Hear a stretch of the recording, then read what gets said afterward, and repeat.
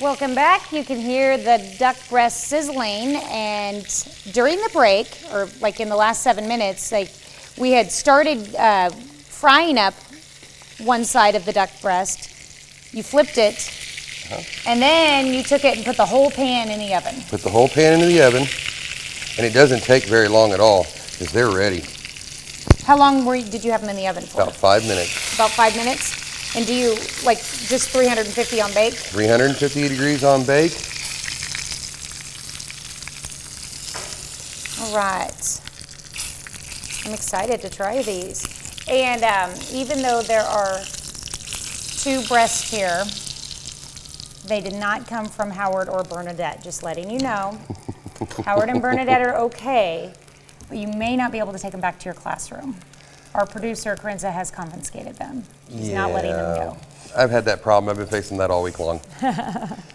But these are really simple to do. They're wonderful in flavor. And for those people who've never had them, this is a great way to try it. All right, I'm going to just go ahead and cut it right into the middle there. How do you know when duck meat is done? I mean, obviously Temperatures. Always go by temperature. Temperature. I serve my duck at about 135 degrees.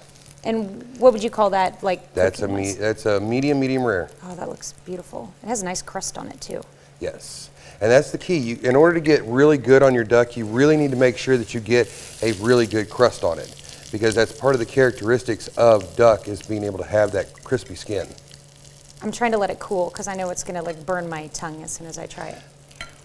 Let's go over real quickly all the ingredients that you used to put this together. Seasoning, onion, jalapeno, our seasoning is smoked onion and jalapeno. Whole jalapeno split in half, put it right into the butter, 1 stick of butter, and basted. Isn't that great? Mm-hmm.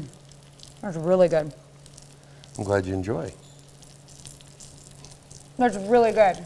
Simple, easy to do, classic presentation, and your imagination can go wild. What goes really good if you wanted to pair this with a wine or different side dishes? I use a dry white when I serve this. Side dishes wise, I like to do risotto, personally. I think goes really well with this, or a pasta. Pasta, not rice?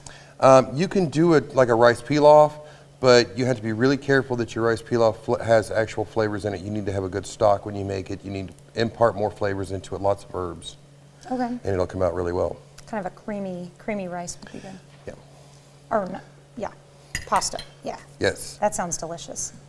It is delicious. Well, good. I'm glad you enjoy it. Well, you can find these segments, so where we put this together, and check out Howard and Bernadette on our website later this morning, KOAMnewsnow.com. And you can find all your other recipes on there as well. That's right. Now, I won't be with you next week. Culinary Club is catering the Chamber Coffee on Thursday, so businesses here in Pittsburgh, please come out and join us and see what my kids are up to. And then that following Saturday is another Panda fundraiser. Come out and meet the Culinary Dragons out at Panda Express on North Broadway. Does that mean you're challenging Chris and I to cook again in your absence? Please don't. Please don't ever let Chris have a knife again. Okay, we'll hold back his knife skills.